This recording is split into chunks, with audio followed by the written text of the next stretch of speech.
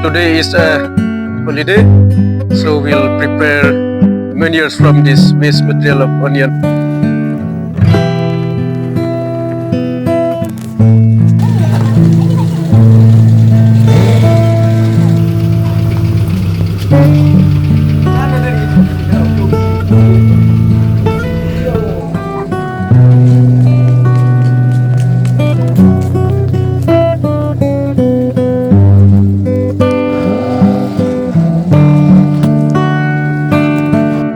These are the price scale of onions and garlics we have collected from the market, and this we are going to use for the preparation of compost.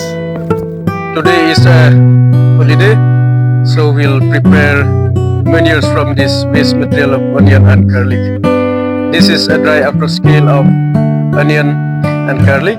It's also called as tunic. So from this we'll prepare a manure which can be used for cultivation of vegetables, and at the same time it can also be used for soil amendment to improve the health of the soil as well as fertility of our garden soil.